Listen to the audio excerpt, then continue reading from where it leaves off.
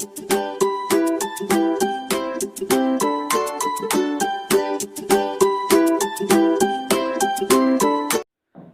दोस्तों, आप सभी का आपके ओरिजिनल लास्ट टाइप पर स्वागत है। तो आज हम लोग साइंस का प्रैक्टिस सेट 6 देखेंगे। आप इन प्रश्नों को अच्छे से देखें और इसका उत्तर कमेंट बॉक्स में ज़रूर लिखिएगा। चलिए शुरू करते हैं। तो आज का हमारा पहला सवाल है, किसी तारे का रंग दर्शाता है। किसी तारे का रंग क्या दर्शाता है?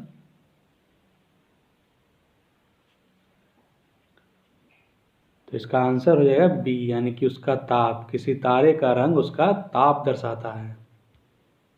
नेक्स्ट है, वायुमंडल में प्रकाश के विसरण का कारण क्या है? वायुमंडल में प्रकाश के विसरण का कारण क्या है?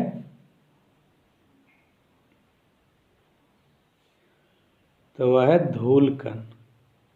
सूर्य का प्रकाश विभिन्न रंगों का मिश्रण होता है। जब वह वायुमंडल से होकर गुजरता है तो मार्ग में आने वाले हवा के अणुओं तथा धूल एवं अन्य पदार्थों के सूक्ष्म कणों द्वारा इसका परिकीर्णन हो जाता है। नेक्स्ट है,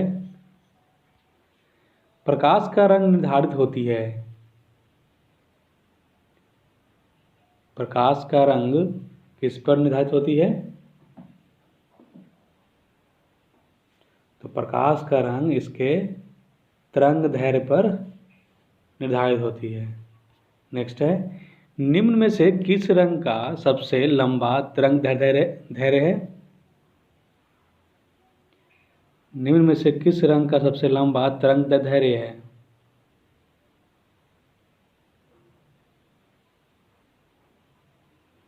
तो इसका आंसर हो जाएगा डी, यानी कि लाल रंग का। नेक्स्ट है, सबसे कम वेवलेंथ यानी कि तरंग दैर्ध्य वाला प्रकाश होता है। सबसे कम वेवलेंथ यानी कि तरंग दैर्ध्य वाला प्रकाश कौन सा होता है? तो वह होता है बैंगनी। आंसर डी जाएगा।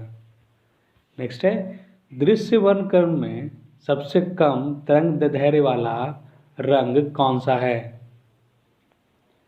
दृश्य वर्णक्रम में सबसे कम तरंग दैर्ध्य वाला रंग कौन सा है? तो वह है बैंगनी। नेक्स्ट है, निम्नलिखित में से किसमें उच्चतम ऊर्जा होती है? निम्नलिखित में से किसमें उच्चतम ऊर्जा होती है?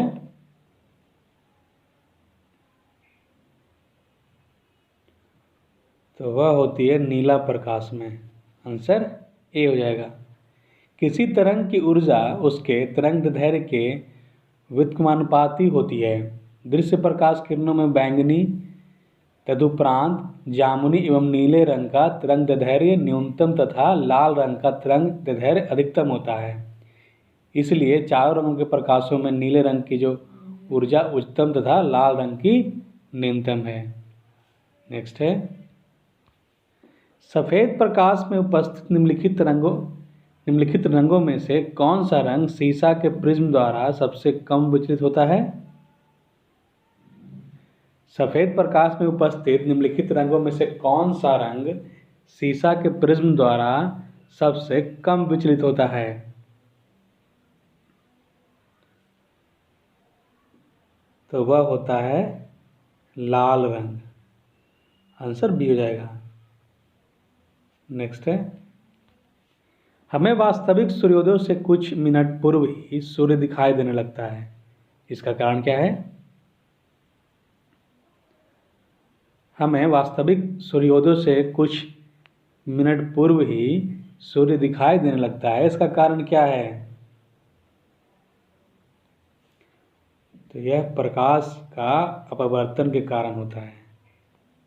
आज का 10वां क्वेश्चन है, क्षितिज के समीप सूर्य एवं चंद्रमा के दीर्घवृत्ताकार दिखाई देने का कारण क्या होता है? क्षितिज के समीप सूर्य एवं चंद्रमा के दीर्घवृत्ताकार दिखाई देने का कारण क्या है? तो वह है अपवर्तन। आंसर ये हो जाएगा। नेक्स्ट है, सूर्य के प्रकाश के अदृश्य भाग से प्रकाश संश्लेषण किया जाता है। किनके द्वारा? सूर्य के प्रकाश के अदृश्य भाग से प्रकाश संश्लेषण किया जाता है, इनमें से किनके द्वारा किया जाता है?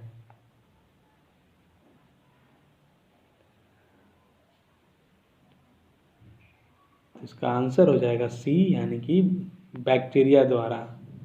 गहरे समुद्र में सतह से 400 से 8000 फीट तक की गहराई में पाए जाने वाले जीवाणु जैसे ग्रीन सल्फर बैक्टीरिया अवरक्त विकिरण के प्रयोग द्वारा प्रकाश संश्लेषण कर ऊर्जा उत्पन्न करते हैं। नेक्स्ट है, ट्रैफिक सिग्नल में लाल प्रकाश प्रयुक्त होता है क्योंकि किस कारण से ट्रैफिक सिग्नल में लाल प्रकाश का प्रयोग किया जाता है?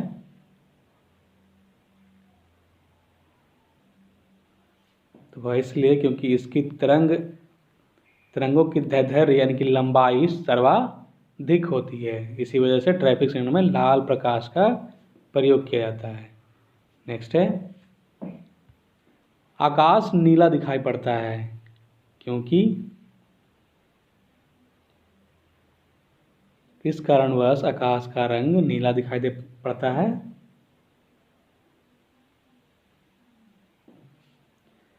इसलिए क्योंकि नीले प्रकाश का परिकिरणन सबसे अधिक होता है, इसी कारण से आकाश का रंग जो होता है वह नीला दिखाई देता है या आकाश नीला दिखाई देता है। नेक्स्ट है, आकाश नीला लगता है क्योंकि आकाश नीला लगता है उसका कारण क्या है? लघु तरंग दीर्घ तरंगों की अपेक्षा वायुमंडल द्वारा अधिक प्रकीर्ण होती है, इसी कारण से आकाश नीला लगता है। आंसर बी हो जाएगा। नेक्स्ट है, खतरे के संकेतों के लिए लाल प्रकाश का प्रयोग किया जाता है। खतरे के संकेतों के लिए लाल प्रकाश का प्रयोग किया जाता है। इसका प्रकीर्णन सबसे कम होता है, इसी वजह से खतरे के संकेतों के लिए लाल प्रकाश का प्रयोग किया जाता है। नेक्स्ट है, सूर्योदय तथा सूर्यास्त के समय सूर्य के लाल रंग का प्रतीत होने का कारण क्या है? सूर्योदय तथा सूर्यास्त के समय सूर्य के लाल रंग का प्रतीत होने का कारण क्या है? तो वह है प्रकाश का प्रकीर्णन। नेक्स्ट है, अंतरिक्ष यात्री को आकाश का रंग दिखाई देता है। अंतरिक्ष यात्री को आकाश का रंग कैसा दिखाई देता है? तो वह दिखाई देता है काला। अंतरिक्ष यात्री को आकाश का रंग काला दिखाई देता है। सूर्य का श्वेत प्रकाश 7 रंगों का मिश्रण है जो इस प्रकार है: बैंगनी, जामुनी, नीला, हरा, पीला, नारंगी और लाल। बैंगनी प्रकाश का तरंग दैर्ध्य सबसे कम होता है जबकि लाल का सबसे अधिक। जब सूर्य का प्रकाश पृथ्वी की वायुमंडल में प्रवेश करता है तो वह पृथ्वी के वायुमंडल में स्थित गैसों के अणुओं जैसे धूल कण, पराग कणों आदि से टकराता है। जब प्रकाश किसी कण से टकराता है तो या तो वह उस कण के आर पार निकल जाता है अथवा उसके द्वारा परावर्तित या छितरा दिया जाता है। सूर्य के प्रकाश का लाल अंश तो बिना अधिक प्रकीर्ण हुए पृथ्वी पर पहुंच जाता है, पर बैंगनी, जामुनी एवं नीला प्रकाश हवा में मौजूद अणुओं द्वारा आदि से प्रकीर्णित कर दिया जाता है। हवा के कणों द्वारा प्रकाश के प्रकीर्णन के परिणाम स्वरूप आकाश हमें नीला दिखाई देता है। अंतरिक्ष में जाकर आकाश को देखें तो वह काला दिखाई देगा। नेक्स्ट है, समुद्र नीला प्रतीत होता है, ऐसा किस कारण से होता है? समुद्र नीला प्रतीत होता है, इसका कारण क्या है?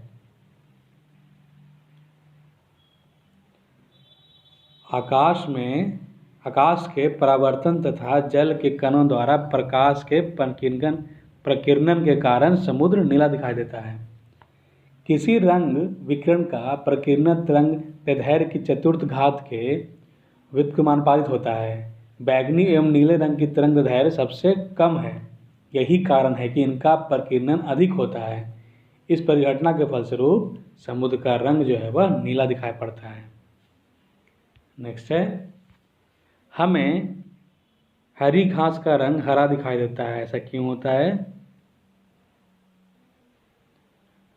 हमें घास का रंग हरा दिखाई देता है, ऐसा क्यों होता है? इसका आंसर हो जाएगा ये, यह हरे रंग के प्रकाश को हमारे आंखों पर परावर्तित करती है। हरी घास की पत्तियों पर पड़ने वाले प्रकाश से पत्तियों में उपस्थित प्रकाश संश्लेषी वर्णक मुख्यतः लाल, बैंगनी, नीला और नारंगी प्रकाश को अवशोषित करते हैं तथा हरे रंग के प्रकाश को परावर्तित करते हैं। इसी से पत्तियों का रंग जो है वह हमें हरा दिखाई देता है। नेक्स्ट है, कार में पीछे के यातायात के लिए दृश्यावलोकन के लिए किस प्रकार के शीशे का प्रयोग किया जाता है?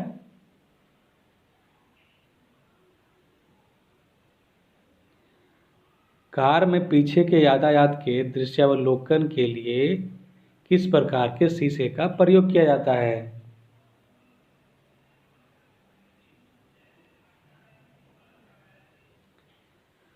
कार में पीछे के यातायात के दृश्यावलोकन के लिए किस प्रकार के शीशे का प्रयोग किया जाता है? तो इसका आंसर हो जाएगा सी, यानी कि उत्तल दर्पण का। उत्तल दर्पण द्वारा प्रतिबिंब आभासी, सीधे एवं वस्तु से छोटे बनते हैं। इसके द्वारा काफ़ी बड़े क्षेत्र की वस्तुओं का प्रतिबिंब एक छोटे से क्षेत्र में बन जाता है। इस प्रकार उत्तल दर्पण का दृष्टि क्षेत्र यानी कि फील्ड व्यू जो होता है वह अधिक होता है। इसीलिए इसे मोटर वाहन तथा बसों में चालक के बगल में पीछे के ट्रैफिक के दृश्यावलोकन के लिए लगाया जाता है। नेक्स्ट है, दाढ़ी बनाने के लिए काम में लेते हैं। दाढ़ी बनाने के लिए कौन सा दर्पण काम में आता है? तो वह है अवतल दर्पण। अवतल दर्पण एक गोलाकार दर्पण है जिसके उभरे हुए तल पर पॉलिश की हुई होती है, अतः अंदर का तल परावर्तक होता है। इसके द्वारा प्रतिबिंब दर्पण के सामने बड़ा बनता है। इसी दर्पण का प्रयोग दाढ़ी तथा बाल बनाने के लिए किया जाता है। नेक्स्ट है, धूप से बचने के लिए छाते में रंग संयोजन निम्न में से कौन सा सबसे उचित है? धूप से बचने के लिए छाते में रंग का संयोजन निम्नलिखित में से सबसे उचित कौन सा है? तो वह है ऊपर उजला और नीचे काला। आंसर बी हो जाएगा। श्वेत रंग प्रकाश का पूर्णतया परावर्तक है जिससे बहुत कम मात्रा में ऊष्मा अवशोषित हो पाती है। अतः छाते की ऊपरी सतह सफ़ेद होने से गर्मी धूप से बचा सकती है। नेक्स्ट है, खगोलीय दूरदर्शी से बना प्रतिबिंब होता है। खगोलीय दूरदर्शी से बना प्रतिबिंब कैसा होता है? तो खगोलीय दूरदर्शी से बना जो प्रतिबिंब होता है वह काल्पनिक और बड़ा होता है। आंसर बी हो जाएगा। आज का 24वां क्वेश्चन है, जब दो समानांतर समतल दर्पणों के बीच कोई वस्तु रख दी जाती है तो बनने वाले प्रतिबिंब की संख्या क्या होती है? जब दो समानांतर समतल दर्पणों के बीच कोई वस्तु रख दी जाती है तो बनने वाले प्रतिबिंब की संख्या कितनी होगी? तो वह अनंत हो जाएगी। आंसर डी हो जाएगा। नेक्स्ट है, प्रकाश में 7 रंग होते हैं। रंगों को अलग करने का क्या तरीका है? प्रकाश में 7 रंग होते हैं, रंगों को अलग करने का तरीका क्या है?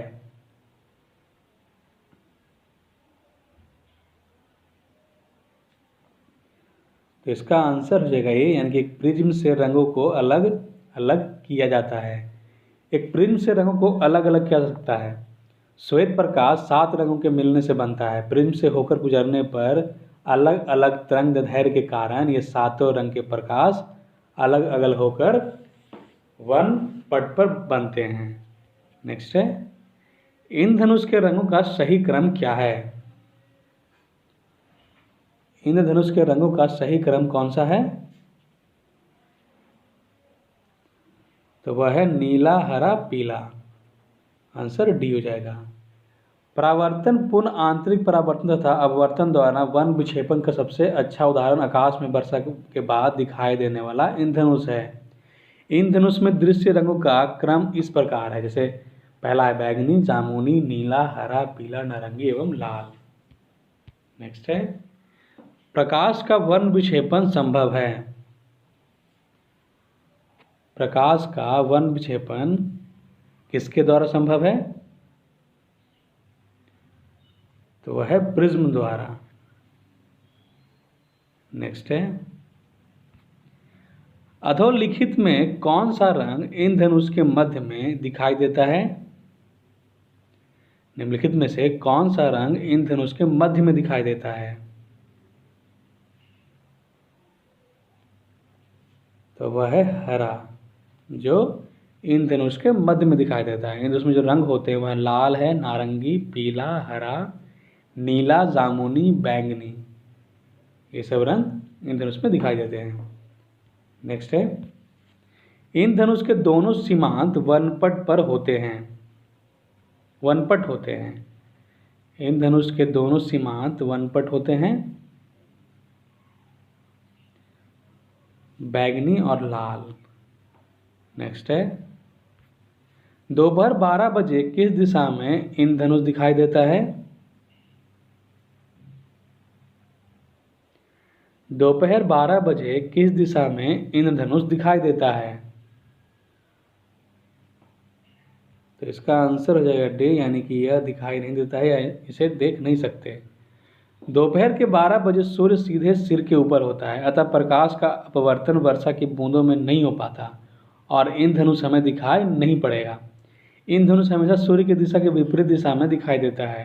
जब सूर्य पूर्व में होता है अर्थात सुबह के समय, तब इंद्रधनुष पश्चिम दिशा में दिखाई देता है, तथा जब सूर्य पश्चिम में होता है तो शाम के समय यानी कि संध्या के समय इंद्रधनुष पूर्व में दिखाई देता है।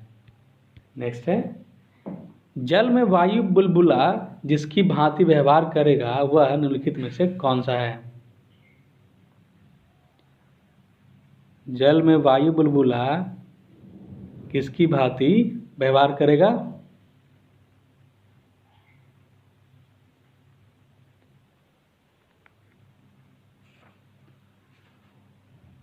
तो इसका आंसर हो जाएगा डी, यानी कि अवतल लेंस के जैसा।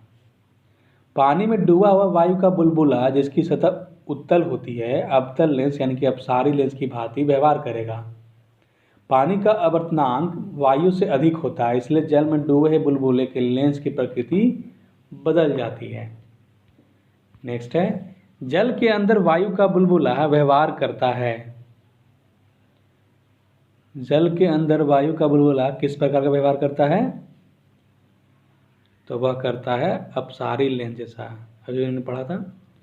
नेक्स्ट है किसी व्यक्ति का पूरा प्रतिबिंब देखने के लिए एक समतल दर्पण की न्यूनतम ऊंचाई होनी चाहिए। किसी व्यक्ति का पूरा प्रतिबिंब देखने के लिए एक समतल दर्पण की न्यूनतम ऊंचाई कितनी होनी चाहिए? तो वह होनी चाहिए व्यक्ति की ऊंचाई का आधा। नेक्स्ट है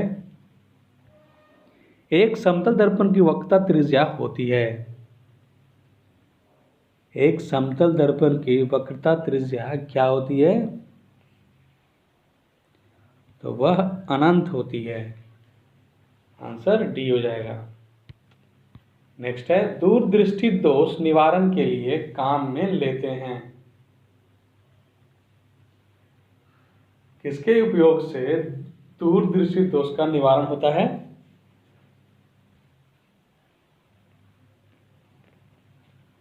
तो वह होता है उत्तल लेंस के द्वारा। दूरदृष्टि दोष में निकट की वस्तुएं स्पष्ट नहीं दिखाई पड़ती, जबकि दूर की वस्तुएं स्पष्ट दिखाई देती है। इसके निवारण के लिए चश्मे में उत्तल लेंस का प्रयोग किया जाता है। नेक्स्ट है दूरदृष्टि दोष वाले व्यक्ति के संबंध में निम्नलिखित कथनों में से कौन सा एक सही नहीं है? दूरदृष्टि दोष वाले व्यक्ति के संबंध में निम्नलिखित में से कौन सा कथन सही नहीं है? तो वह है डी। इस दोष को ठीक करने के लिए अवतल लेंस का प्रयोग किया जाता है, यह गलत है। अवतल लेंस का नहीं, उत्तल लेंस का प्रयोग किया जाता है। दूरदृष्टि दोष से पीड़ित व्यक्ति को निकट की वस्तुओं पर दृष्टि संकेंद्रित करने में परेशानी होती है। यह दोष मुख्यतः आँख की पुतली के अधिक छोटे होने के कारण या कॉर्निया के अधिक समतल होने के कारण उत्पन्न होता है। इस दोष को ठीक करने के लिए उत्तल लेंस का प्रयोग किया जाता है, ना कि अवतल लेंस का। नेक्स्ट है, निकट दृष्टि दोष दूर करने के लिए निम्नलिखित में से कौन सा लेंस उपयोग में लाया जाता है? निकट दृष्टि दोष को ठीक करने के लिए कौन सा लेंस का उपयोग किया जाता है?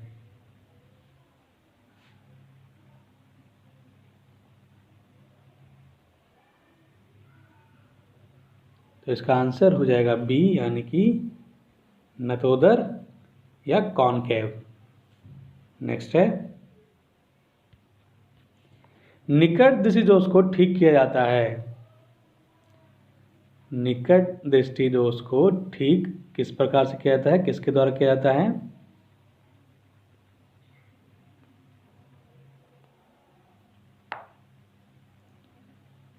तो इसका आंसर हो जाएगा बी, यानी कि अवतल लेंस प्रयुक्त करके। निकट दृष्टि दोष से पीड़ित व्यक्ति निकट की वस्तुओं को स्पष्ट देख लेता है, लेकिन एक निश्चित दूरी से अधिक दूरी पर रखी वस्तुओं को स्पष्ट नहीं देख पाता। इस दोष के निवारण के लिए व्यक्ति के चश्मे में अवतल लेंस का प्रयोग किया जाता है। अवतल लेंस को ही नतोदर या अपसारी लेंस भी कहते हैं। नेक्स्ट है, पढ़ने में काम आने वाले ग्लासेस किस प्रकार के लेंस से बनते हैं? पढ़ने में काम आने वाले ग्लासेस किस प्रकार के लेंस से बनते हैं? तो वह बनते हैं उत्तल लेंस से। बीच में मोटे तथा किनारे पर पतले आकार वाले ग्लासेस को उत्तल लेंस यानी कि कॉन्वेक्स लेंस कहते हैं।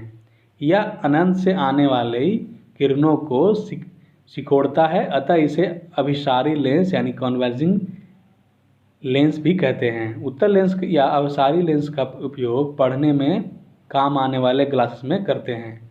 यह दूरदृष्टि दोष के निवारण हेतु भी प्रयोग किया जाता है उत्तल लेंस का। नेक्स्ट है, आंख में संकेंद्रण होता है।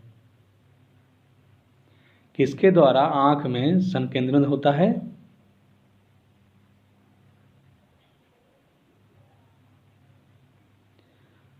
इसका आंसर हो जाएगा ये लेंस की उतलता में परावर्तन द्वारा आंख में संकेंद्रण होता है। लेंस की उतलता में परावर्तन द्वारा। नेक्स्ट है, खोज बत्ती में जो दर्पण प्रयुक्त होता है वह कौन सा है? खोज बत्ती में जिस दर्पण का प्रयोग किया जाता है वह कौन सा दर्पण है? तो वह है नतोदर दर्पण। कारों की हेडलाइट, खोज बत्ती यानी सर्च लाइट आदि में परावर्तक के रूप में अवतल या नतोदर दर्पण का प्रयोग किया जाता है। अवतल दर्पण के प्रयोग द्वारा खोज बत्ती से समानांतर प्रकाश पुंज उत्पन्न होता है। नेक्स्ट है, स्पष्ट दृष्टि की न्यूनतम दूरी होती है। स्पष्ट दृष्टि की न्यूनतम दूरी सेंटीमीटर में कितनी होती है? तो वह होती है 25 सेंटीमीटर। नेत्र के सामने की वह निकट दूरी जहां पर रखी वस्तु नेत्र को स्पष्ट दिखाई देती है, नेत्र की स्पष्ट दृष्टि न्यूनतम दूरी कहलाती है। सामान्य आंख के लिए 25 सेंटीमीटर होती है। इसे आंख का निकट बिंदु भी कहते हैं। निकट बिंदु की तरह दूर बिंदु भी होता है। समान आंख के लिए यह अनंत होता है। दूर बिंदु जो है वह अनंत होता है और नज़दीक के लिए, निकट के लिए वह 25 सेंटीमीटर होता है। इस प्रकार सामान्य मनुष्य के नेत्र की दृष्टि का विस्तार जो है 25 सेंटीमीटर से लेकर अनंत तक होता है। नेक्स्ट है, आंख के लेंस का फोकल दूरी किसके कार्य से परिवर्तित होती है? आंख के लेंस का फोकल दूरी किसके कार्य से परिवर्तित होती है?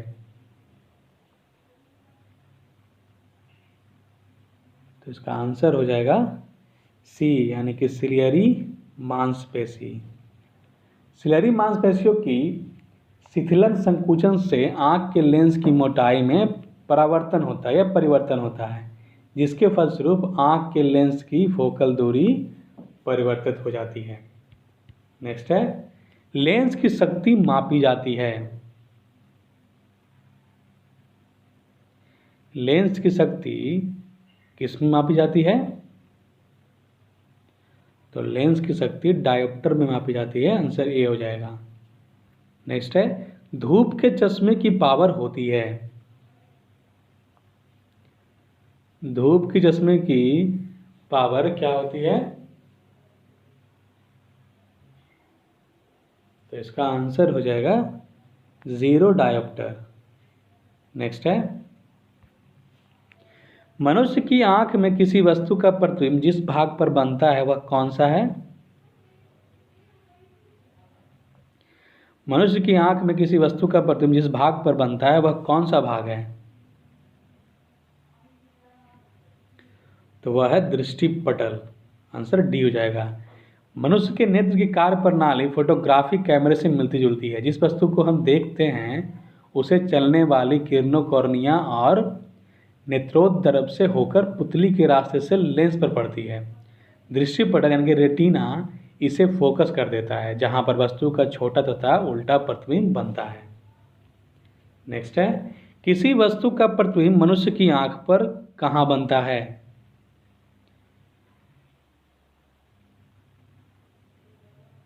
किसी वस्तु का प्रतिबिंब मनुष्य की आंख पर कहां बनता है?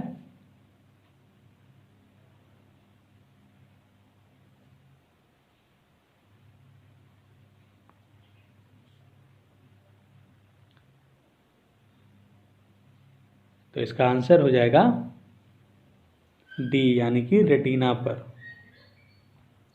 नेक्स्ट है, किसी अपारदर्शी वस्तु का रंग उस रंग के कारण होता है जिसे वह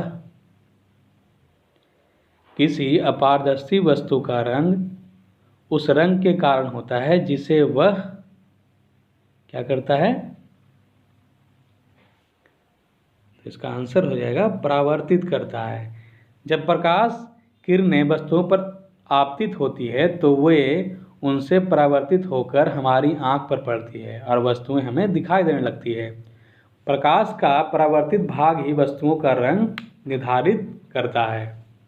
नेक्स्ट है, एक रंगीन टेलीविजन में 3 आधारभूत रंगों के मिश्रण से रंग बनते हैं। वे कौन से हैं?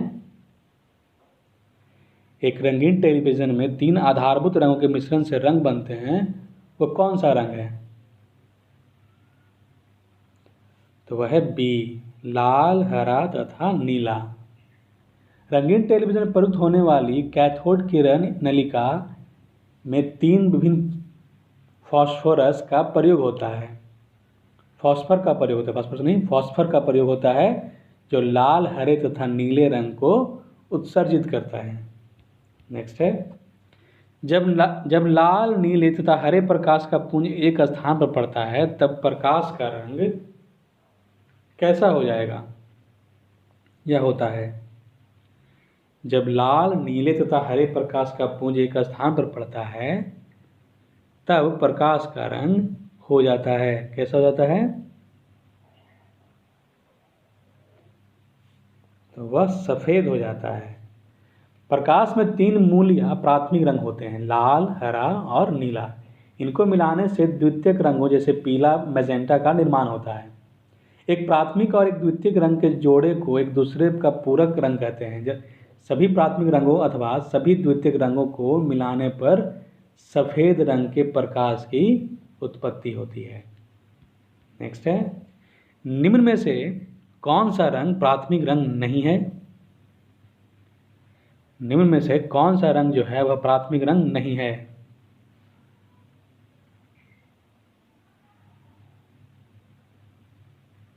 तो इसका आंसर हो जाएगा ये, यानी कि काला।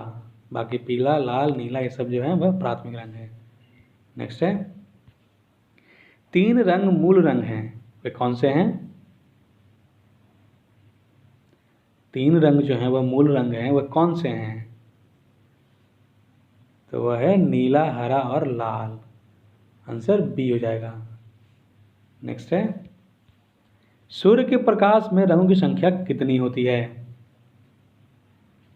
सूर्य के प्रकाश में रंगों की संख्या कितनी होती है? तो वह 7 होती है। सूर्य का श्वेत प्रकाश 7 रंगों का मिश्रण है, जो इस प्रकार है: बैंगनी, जामुनी, नीला, हरा, पीला, नारंगी तथा लाल। जब श्वेत प्रकाश को किसी प्रिज्म से होकर पार कराया जाता है तो यह 7 रंगों को विभक्त हो जाता है, 7 रंगों में विभक्त हो जाता है। इसे प्रकाश का विक्षेपण कहते हैं। नेक्स्ट है, निम्न रंगों में से विषम को पहचानिए। निम्न रंगों में से विषम को पहचानिए।